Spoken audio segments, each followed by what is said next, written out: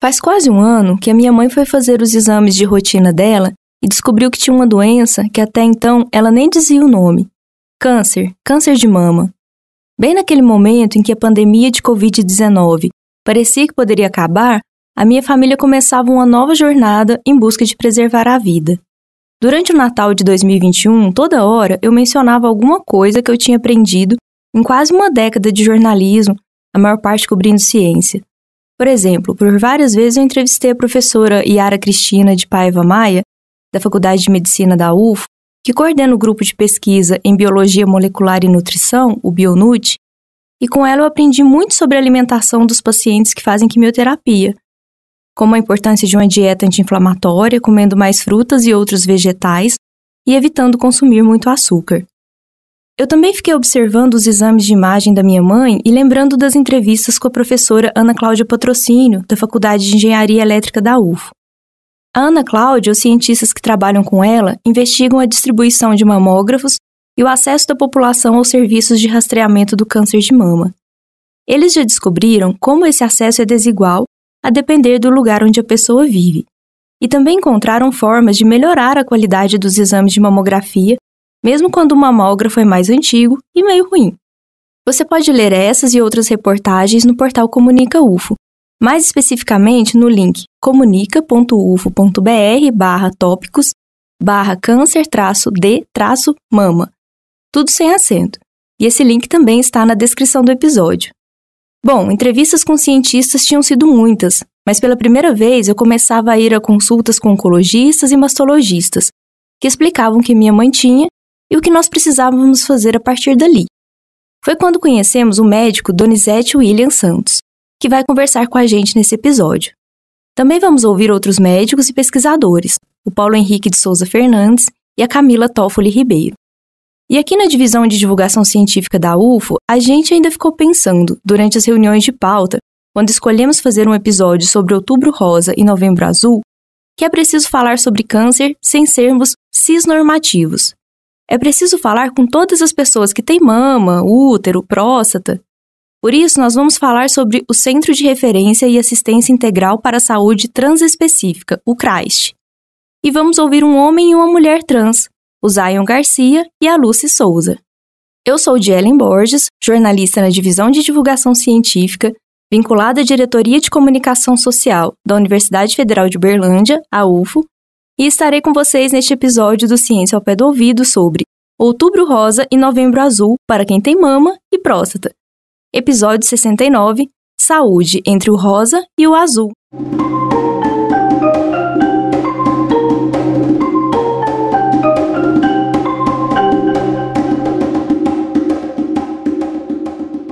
Quando eu comecei a acompanhar minha mãe nas consultas, ela logo ficou encantada com um médico aqui da UFO, o mastologista Donizete William Santos.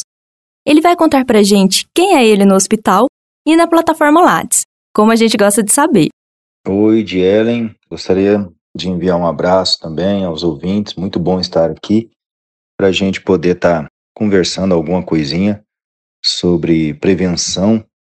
O mais importante, a gente investe muito em tratamento, mas a gente pode salvar muito mais vidas com prevenção, e é mais ou menos disso que tratam o Outubro Rosa e o Novembro Azul.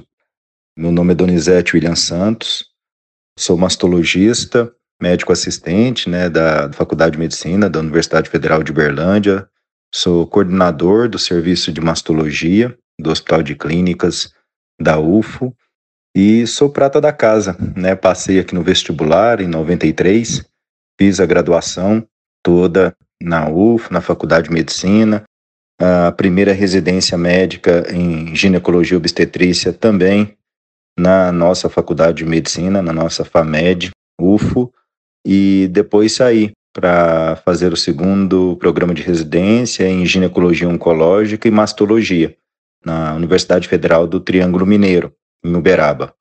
Terminando a residência lá, houve o concurso para médico assistente da UFO, então assim, nem deu tempo de sentir muita saudade. 2 anos fora da UFO, já voltei e estamos até hoje aqui, tentando desempenhar da melhor forma possível a nossa missão e junto com os alunos, junto com os residentes e principalmente tentando trazer bem-estar, trazer qualidade de vida, esperança e cura, quando necessária, para as nossas pacientes. Passado o primeiro susto da notícia em família, um tempo depois, eu pensei, o Donizete é dos nossos aqui da Dirquinha, ele tem a palavra da divulgação científica. Confere só como ele explica pra gente o que é, afinal, o câncer e o câncer de mama. O termo câncer é um termo geral. Ele não designa um único tipo de doença. Na verdade, é um termo geral para mais de 900 tipos de doenças totalmente distintas, né? Com evoluções, tratamentos, prognósticos totalmente distintos. Mas, em linha geral, câncer basicamente significa uma multiplicação, né? Uma proliferação desordenada de células em algum tecido, em alguma parte, em algum órgão do nosso corpo e que foge, que conseguiu escapar dos nossos mecanismos de controle, nossos mecanismos genéticos, imunológicos, que nos protegem por algum erro genético ou alguma interferência externa, que são inúmeras, vários poluentes que lesam o nosso DNA. Então essa proliferação desordenada acaba por espalhar para outros órgãos e comprometer a função de órgãos que são vitais para a nossa sobrevivência. Então, em termos gerais, isso é câncer e também câncer de mama. Mas até o câncer de mama também não é uma única doença. Pela Organização Mundial da Saúde, né, pela classificação patológica da OMS, nós temos 22 tipos diferentes de câncer de mama, com biologias, né, evoluções distintas, tratamentos, prognósticos distintos, condutas distintas. Então, estamos falando de uma doença, uma patologia extremamente heterogênea. E é difícil extrapolar evoluções e tratamentos de um paciente para outro.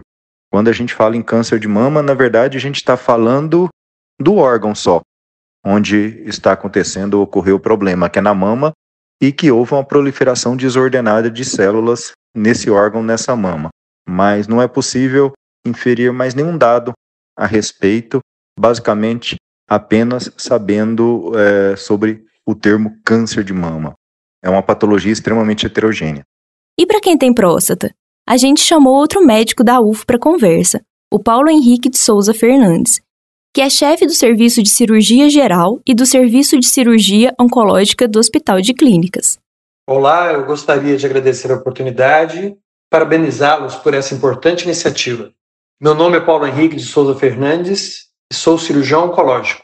Eu realizei o curso de medicina na UFO, a residência de cirurgia geral também na UFO e posteriormente realizei residência em cirurgia oncológica no Instituto Nacional de Câncer. Voltei para Uberlândia em 1996, onde desde então trabalho como cirurgião oncológico na UFO. O Paulo Henrique também explica para a gente o que é câncer, mais especificamente o de próstata, e que outros problemas podem acontecer com essa glândula. De forma geral, o câncer é compreendido por um conjunto de células que apresentam um crescimento desordenado. Essas células tendem a ser agressivas e incontroláveis, podendo invadir tecidos próximos e também se espalhar para outras regiões do corpo. A próstata é uma glândula localizada logo abaixo da bexiga e que envolve a uretra. E o câncer de próstata é o mais comum entre os homens, depois do câncer de pele, sendo então uma doença muito comum. Outras doenças que podem ocorrer na próstata são a hiperplasia prostática benigna, que é um crescimento da próstata que ocorre com a evolução da idade, e as prostatites, que são decorrentes de inflamações ou infecções. E o que a gente precisa saber em termos de exames? Como detectar o câncer de mama e de próstata? Primeiro o Donizete fala pra gente sobre mamografia e outros exames de mama, e depois o Paulo Henrique continua a conversa sobre próstata, falando sobre o exame de toque e o de sangue.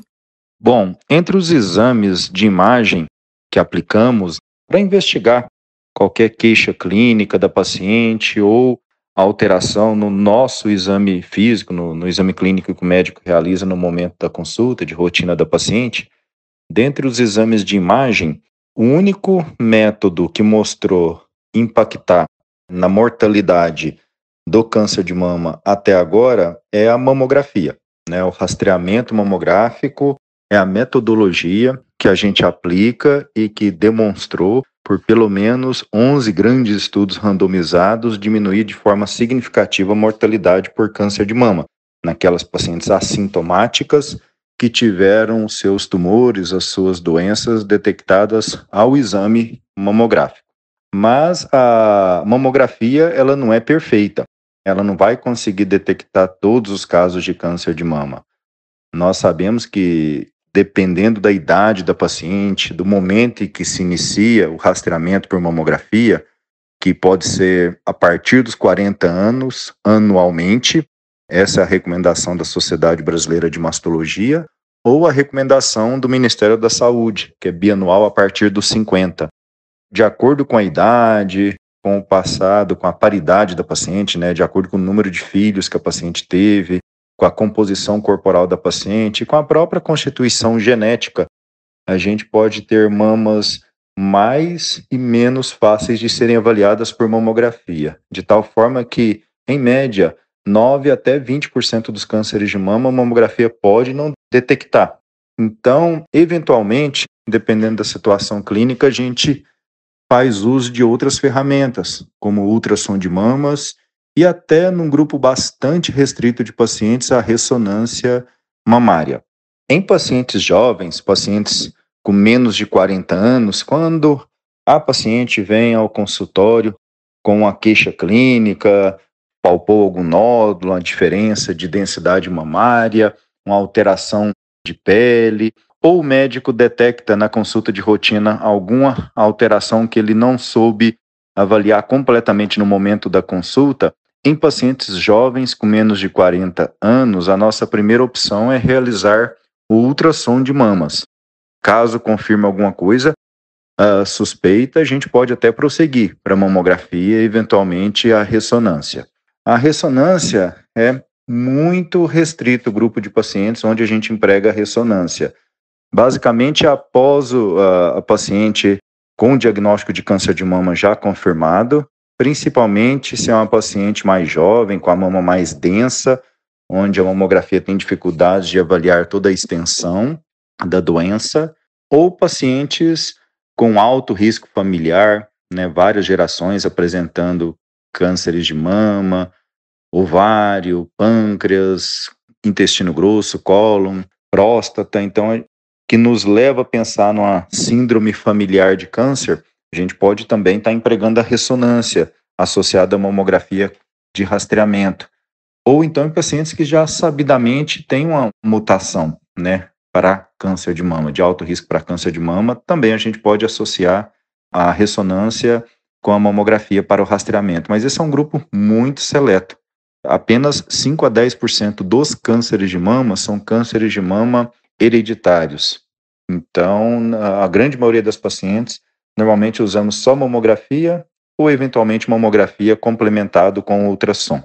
Na mamografia, o principal achado, tanto na mamografia como no ultrassom, normalmente quando a paciente tem uma clínica, né, tem uma queixa, ou o médico palpa alguma coisa no exame físico, é o nódulo. Então esse é o principal achado que nos leva a prosseguir a investigação. Não são todos os nódulos que a gente tem que prosseguir a investigação com biópsia ou punção por agulha, mas quando há um nódulo de mama, a gente tem que esgotar todos os métodos que a gente tem à disposição por imagem ou exame físico para ter uma tranquilidade que o risco de malignidade, de câncer associado àquele nódulo, não que seja zero, mas seja o mínimo possível. Se for algo suspeito, aí prosseguir na investigação, com biópsia por agulha, agulha fina, agulha grossa, ou às vezes até retirar o nódulo. Para investigar os sinais e sintomas de um câncer de próstata, descobrir se a doença está presente ou não, são feitos basicamente 2 exames iniciais. O exame de toque retal, em que o médico avalia o tamanho, a forma, a textura da próstata, introduzindo o dedo protegido por uma luva lubrificada no reto. Esse exame permite palpar as partes posterior e lateral da próstata. E o exame de PSA, que é um exame de sangue que mede a quantidade de uma proteína produzida pela próstata, que se chama antígeno prostático específico, mais conhecido como PSA. Níveis altos do PSA podem significar câncer, mas também outras doenças benignas da próstata.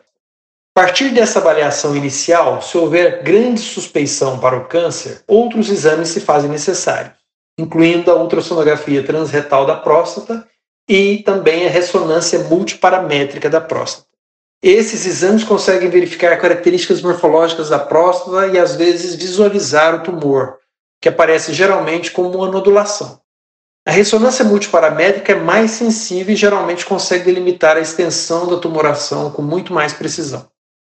Se esses exames de imagem evidenciarem mesmo uma lesão suspeita na próstata, é necessário então confirmar o diagnóstico por meio de uma biópsia, que geralmente é realizada usando uma agulha especial que chega até a próstata por via transretal.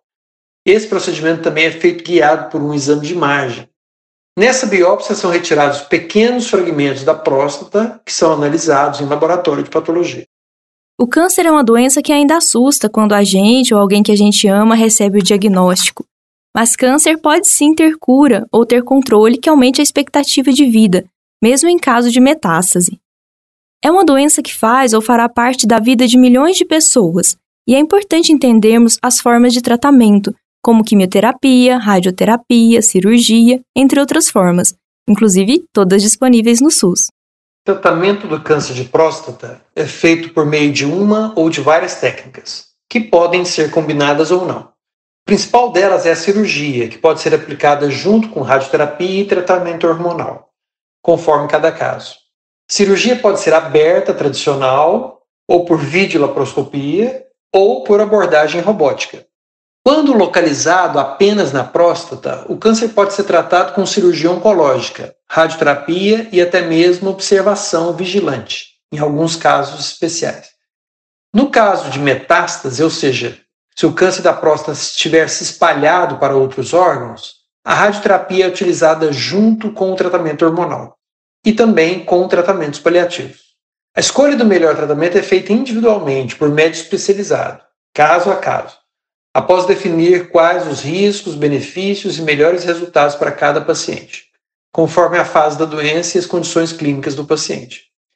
A não ser a abordagem robótica, que ainda é incipiente no SUS e está restrita apenas a alguns hospitais públicos de referência no Brasil, todas as outras modalidades de tratamento são oferecidas de forma integral e gratuita por meio do Sistema Único de Saúde, o SUS.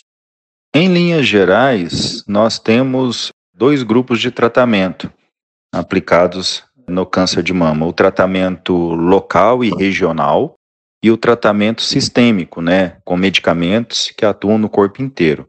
O tratamento loco-regional envolve cirurgia e a radioterapia, popularmente conhecido como banho de luz, o uso da radiação ionizante para matar a célula do câncer, e como terapia sistêmica, que atua no corpo inteiro com medicamentos, nós temos a quimioterapia, os bloqueios hormonais, hormonioterapias, terapias biológicas, terapias que usam anticorpos que alvejam determinadas vias metabólicas específicas da célula do câncer de mama, e mais recentemente tem sido empregada também a imunoterapia.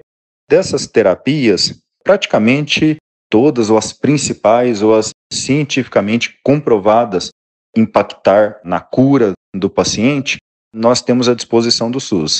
A cirurgia, que envolve não só a cirurgia para tratamento do tumor, mas também a reconstrução, principalmente naquelas pacientes onde a gente julga que a mastectomia é a melhor, a retirada da mama é a melhor alternativa cirúrgica para o caso.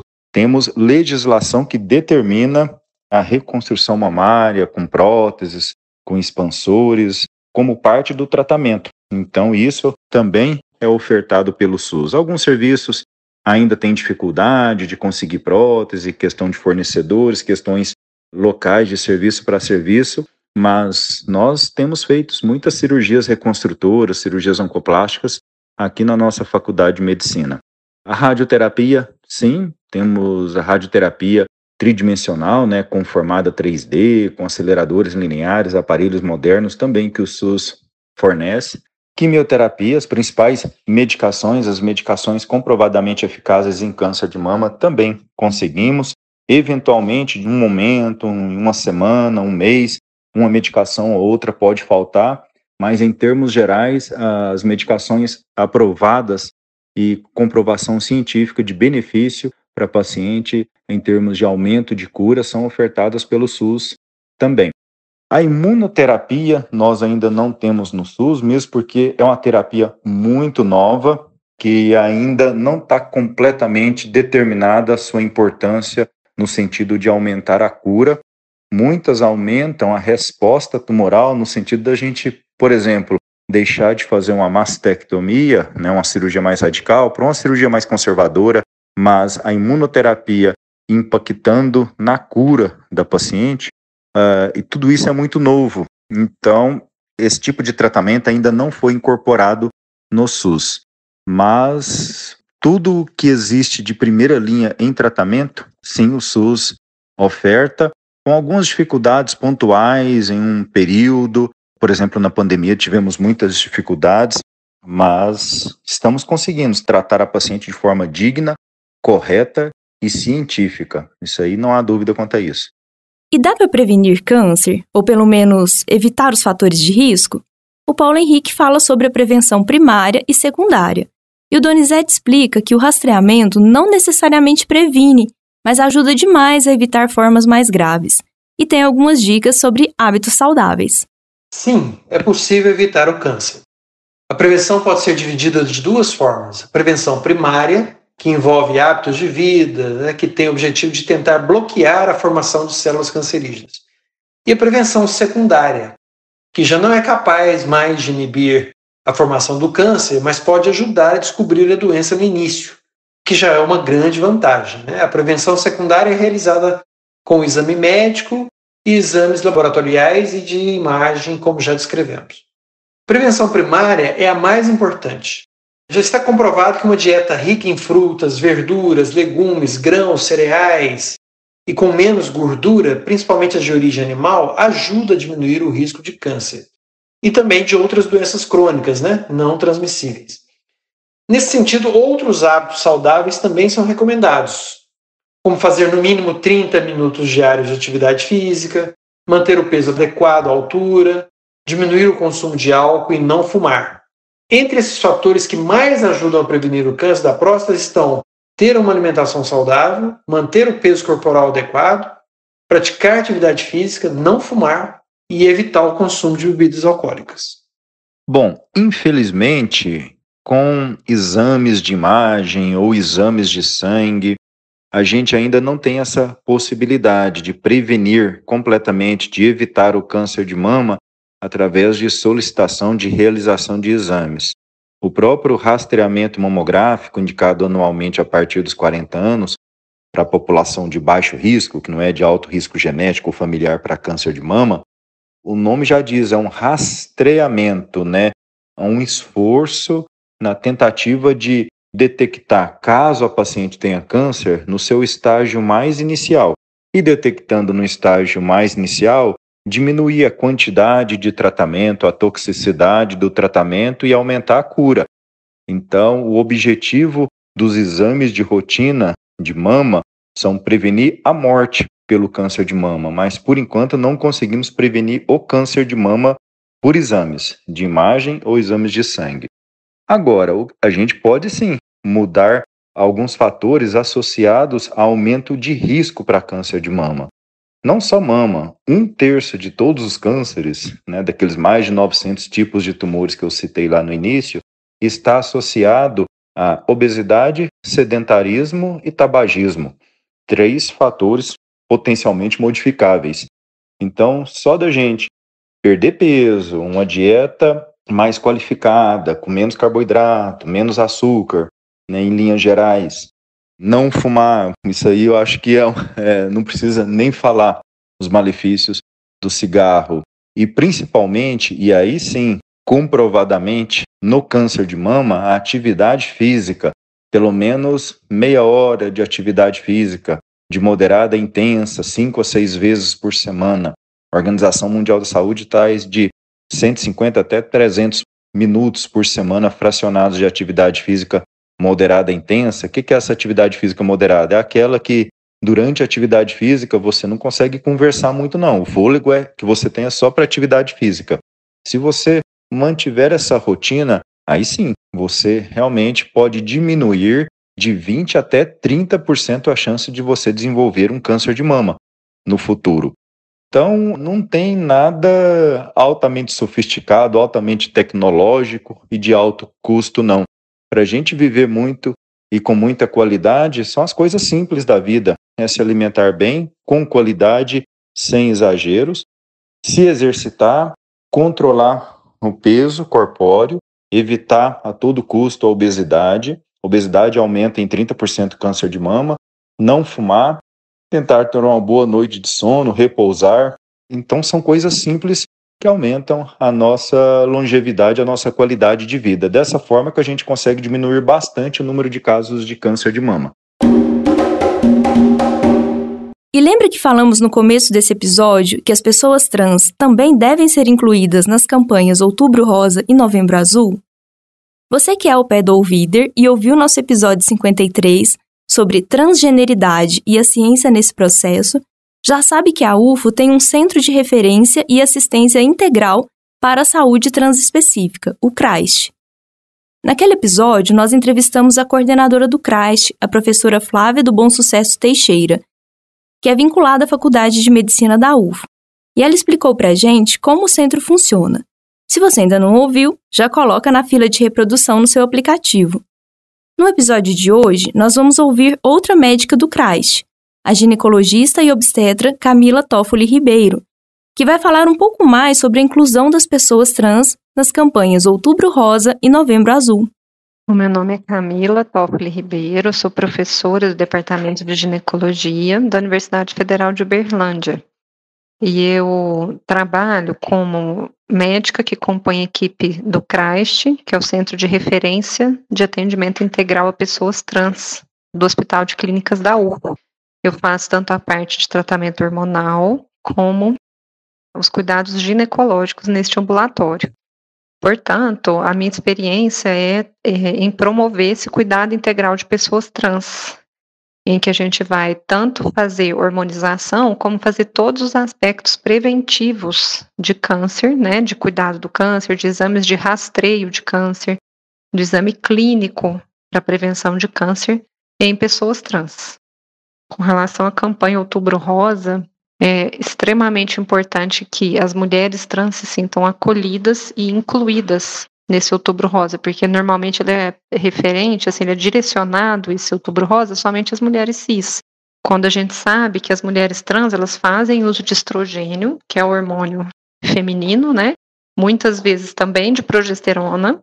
Esses hormônios, eles tendem a elevar o risco das mulheres trans de ter câncer, com relação a homens cis, né? Então a gente fala assim, que elas apresentam um risco intermediário, que não é nem igual de uma mulher cis, né? É menor que de uma mulher cis, mas é maior do que de um homem trans. Então, uma mama que biologicamente foi exposta a hormônios masculinos, muitas vezes por boa parte da vida, mas que depois começa a receber uma carga hormonal alta de hormônio feminino e que isso pode impactar no risco para desenvolvimento de tumores de mama. E, portanto, é recomendado que para as mulheres trans, usuárias de hormonoterapia, se faça os protocolos habituais de rastreio de câncer de mama.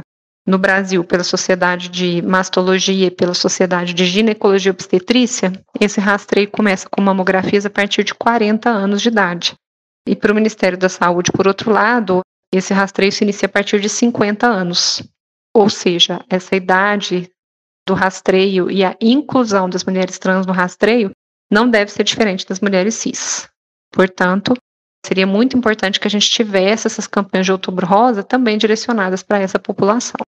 Além disso, é importante salientar que os homens trans, quer dizer, são pessoas que nasceram com genitália e mamas correspondentes a sexo feminino, mas que hormonizam com hormônio masculino, que nesse caso em particular, enquanto houver mamas, essas mamas também têm que ser submetidas ao rastreio.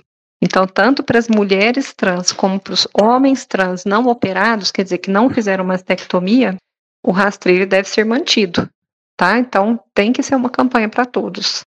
E já com relação ao Novembro Azul, é importante salientar que as mulheres trans que fazem uso do hormônio feminino, muitas vezes não vão ter nenhuma cirurgia sobre a genitália, e independente, com cirurgia ou sem cirurgia, a próstata é um órgão que ele é conservado. Então, elas também têm que se submeter, veja que é um contexto peculiar, elas têm que fazer o rastreio para o câncer de mama e, ao mesmo tempo, fazer o rastreio para o câncer de próstata. Então, elas têm que ser incluídas em ambas as campanhas. A gente tem que fazer o toque retal também, periodicamente, com frequência anual. É discutível se pedir ou não o PSA, porque esse pode estar, inclusive, mascarado, né? O PSA é um hormônio que a gente pede para detecção precoce do câncer de próstata, embora ele não substitui o toque retal, que ainda é o exame mais recomendado. Mas, enfim, esse PSA pode, inclusive, ser mascarado pelo uso da hormonioterapia, né? Então, às vezes, você pensa que está tudo bem pelo nível hormonal e não está. Então, o exame clínico, ele é extremamente recomendável nesse cenário. Ou seja, mais do que nunca, né, nessa nossa sociedade plural, as campanhas têm que se abrir para todos e todas. O Paulo Henrique, que nós já ouvimos falar sobre câncer de próstata e que, como cirurgião oncológico, tem experiência com outros tipos de câncer, também comentou com a gente sobre a prevenção do câncer voltada para a saúde transespecífica. Temos que pensar que as pessoas trans podem ser acometidas de câncer de mama e câncer de próstata. No caso das mulheres trans, o risco em relação ao câncer de mama está ligado aos hormônios de afirmação de gênero, ou seja, aqueles que são usados para reduzir o sofrimento psicológico e incentivar as mudanças físicas. É muito possível que esses hormônios consigam aumentar os riscos da ocorrência de câncer de mama. Toda vez que uma mulher trans começa a usar o estrogênio, ela começa a ter o desenvolvimento da mama e, com isso, ela já pode ter o risco de contrair o câncer de mama. De acordo com a University Medical Center, as mulheres trans têm a chance 47 vezes mais de contrair o câncer de mama. Embora esse dado possa ser alarmante, é bom lembrar que um homem cisgênero, aquele que se identifica com o próprio sexo, tem apenas 1% de chance de desenvolver essa doença. No caso dos homens trans, o que vale lembrar é que a mastectomia também não reduz os riscos de câncer de mama. Então, ou seja, os homens trans, mesmo que mastectomizados, ainda têm chance de desenvolver o câncer de mama. A chance ainda é maior naquelas pessoas que possuem alguma mutação genética, né, de alto risco. Para homens com mastectomia bilateral, o autoexame para detecção de alterações, precisam ser incentivados. E esses exames periódicos têm grande importância para os que têm histórico familiar. Em homens trans que não passaram pela mastectomia, é recomendado o exame clínico periódico a partir dos 40 anos. Em relação ao câncer de próstata, na literatura médica, a incidência do câncer de próstata entre mulheres trans é baixa, cerca de 0,04%. Por conta desses riscos e pelo fato de as pesquisas com mulheres trans serem ainda escassas, não se pode deixar de investigar o câncer de próstata nessa população. Então, pessoalmente, eu acredito que as campanhas deveriam reforçar a importância da prevenção para essas pessoas e entendo também que as equipes médicas que as acompanham deveriam utilizar essas campanhas para realizar um mutirão de avaliações, capacitações e orientações, aproveitando esse período para uma grande força-tarefa. E você se lembra que naquele episódio sobre transgeneridade, nós conversamos com o estudante de pedagogia da UFO, Zion Garcia, que é um homem trans? Eu lembrei dele quando estava produzindo esse programa sobre o Outubro Rosa e Novembro Azul, e mandei uma mensagem no WhatsApp, perguntando o que ele pensa sobre isso e se ele poderia falar com a gente de novo. Aí ele me mandou um áudio. Quando a Diane me convidou para fazer parte do podcast, eu fui atrás para pesquisar um pouco mais, porque até então eu não tinha me dado conta de que os nossos corpos de pessoas trans e travestis, não são retratados durante as campanhas. Elas são pensadas para pessoas cis. Quando a gente vê uma campanha de Outubro Rosa, são mulheres cis que estão ali fazendo autoexame. Quando a gente vê campanhas de Novembro Azul, a gente vê que são homens cis que estão ali falando sobre procurar um médico para fazer o exame de próstata sem que isso seja um tabu na vida da pessoa. E durante a pesquisa, eu encontrei só 2 vezes pessoas trans sendo mostradas. A primeira foi 6 anos atrás, numa campanha que a Avon fez com a cantora Candy Mel, que é ex-integrante da banda O, e é uma mulher trans, e uma campanha de 1 ano atrás, que também foi feita pela Avon, onde eles incentivavam o Mês Violeta, que trata da saúde de pessoas trans e travestis. E a forma como isso me tocou, me mostrou como pessoas trans e travestis também devem ser incluídas nessas campanhas.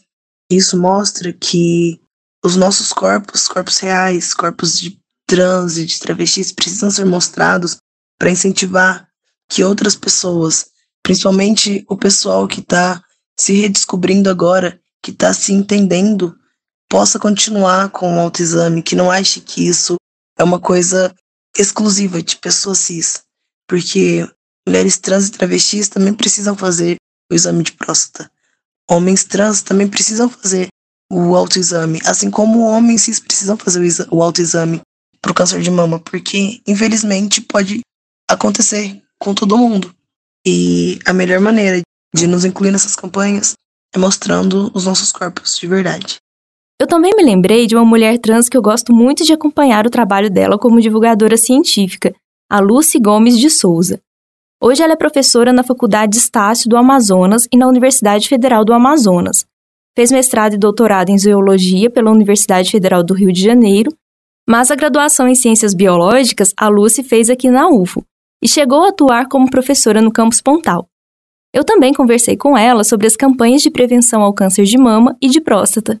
Bom, basicamente essas datas, né, de conscientização, tanto o Outubro Rosa quanto o Novembro Azul, eles podem ser mais inclusivos quando a gente foca as ações de conscientização nas pessoas portadoras dos órgãos e não no gênero dessas pessoas. Então, na verdade, não tem segredo nenhum para tornar esse tipo de ação inclusiva, porque literalmente basta você desatribuir um valor de gênero e ressaltar a diversidade gonodal que tem na nossa espécie. Então, quando vai falar de mamas, a gente fala de mamas, e não de mulheres, e não de pessoas trans. A gente fala de mamas. Inclusive, o câncer de mama também acomete homens cis, também acomete homens trans. Então, a conscientização ela tem que ser para todos. Óbvio que existem os grupos de risco, né, que são as mulheres cis, as mulheres trans, os não binários hormonizados e tal. Mas, independente disso, a partir do momento que a gente conscientiza a população a agir em prol da conscientização da possibilidade de câncer na mama ou na próstata, por exemplo, você está contemplando todo esse conjunto de pessoas. No caso da próstata, ela é um pouco mais restritiva, né? Porque vai ficar ali realmente só nas pessoas que têm a próstata. E isso então serve para os homens cis, isso serve para as mulheres trans, isso serve para os não binários. E essas ações, então, elas devem ressaltar, por exemplo, a importância desses órgãos, os fatores que geram essas patologias, as formas de ter o cuidado, precaução, incentivar visitas, né, ao médico esporadicamente. E, inclusive, muitas dessas ações, elas deveriam ser acompanhadas por, posso chamar de treinamentos de conscientização nos médicos. Por exemplo, eu já tive infecção de próstata e precisei ir num urologista e foi um show de transfobia que não tá escrito, assim, foi uma das piores coisas que eu passei na minha vida. E desnecessariamente, porque o cara precisava só atender minha próstata, mas ele quis invalidar meu gênero. Uma coisa não tem nada a ver com a outra. Literalmente ele cuidar da minha próstata, um órgão. Da mesma forma que eu fosse num cardiologista, independente do meu gênero, ele tem que cuidar do meu coração, sabe? Então, eu acho que essas ações, elas têm que ser tanto para as pessoas procurarem, né, formas de qualidade de vida, né, mais saudável, mais atenção às predisposições genéticas, aos fatores que intensificam o risco, mas também aos médicos, enfermeiros e pessoas da área de saúde. A gente está quase chegando ao final do episódio, mas antes tem mais uma pessoa que gravou um recadinho para os Ao Pé do Ouviders. Ela é paciente do setor de oncologia do Hospital de Clínicas da UFO, está em tratamento há quase 1 ano, hoje está aposentada, mas fez fama nos anos 90 e 2000 como vendedora das melhores laranjinhas de Monte Carmelo. Valda Borges, minha mãe. Quero deixar o meu recado para todos. Eu me chamo Valda Borges, tenho 62 anos, fui diagnosticada com câncer de mama. Acredite, procure o tratamento o mais rápido possível. Tenha fé e acredite na ciência, que tudo vai dar certo. Meu tratamento está indo muito bem, com a graça de Deus e da ciência. O mais importante é acreditar. Acredite sempre e não tenha medo. Procure o tratamento. A importância da prevenção e do tratamento em nossas vidas é procurar o mais rápido possível. Fique com Deus, que tudo vai dar certo. E nesse clima de vamos cuidar da nossa saúde e das pessoas que amamos, vamos lutar para que mais pessoas tenham acesso a exames e tratamentos de qualidade no Sistema Único de Saúde, o SUS, e também clima de divulgação científica, porque acesso à informação de qualidade salva vidas, nós vamos terminando mais um episódio do Ciência ao Pé do Ouvido.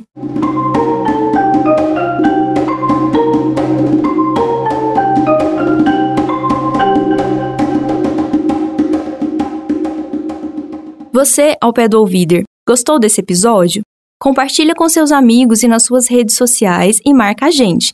No Instagram e no Twitter, @ufo_oficial. Siga também o Twitter do podcast, @aopédoouvidopod. Siga e avalie o Ciência ao Pé do Ouvido na sua plataforma preferida. Estamos no Google Podcasts, Breaker, Spotify, Amazon Music, Deezer e Apple Podcasts. Você encontra todos os links e arrobas na descrição do episódio. Quer fazer um comentário, sugestão ou tirar uma dúvida? Manda áudio no nosso WhatsApp 99966-2021, o DDD é 34. O Ciência ao Pé do Ouvido é o podcast da Divisão de Divulgação Científica da DIRCO, a Diretoria de Comunicação Social da Universidade Federal de Uberlândia. Eu, Jelen Borges, jornalista e pesquisadora da UFO, fiquei responsável pela produção, apresentação e entrevistas desse episódio. A supervisão do roteiro é feita pela jornalista Nayara Achaia, que é a editora do podcast Ciência ao Pé do Ouvido. A comunicação imagética é da Viviane Aico, estudante e estagiária de design. A divulgação nas mídias sociais está com o jornalista Túlio Daniel e com a Nayara. A principal transição sonora é composição do percussionista Eduardo Fraga Túlio, e foi gentilmente cedido ao programa pelo próprio Eduardo, que é pesquisador e professor de música aqui na UFO. Na captação de áudio, Mário Azevedo. Edição, montagem e finalização são do Márcio Gama. A direção de comunicação da UFO é da jornalista e pesquisadora Renata Neiva. O Ciência ao Pé do Ouvido volta na próxima terça-feira. Enquanto isso, aproveite para assistir ao outro podcast da UFO, o UFOcast, toda quinta-feira, no canal da UFO no YouTube. Até semana que vem!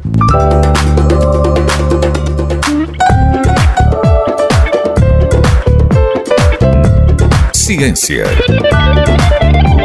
ao pé do ouvido.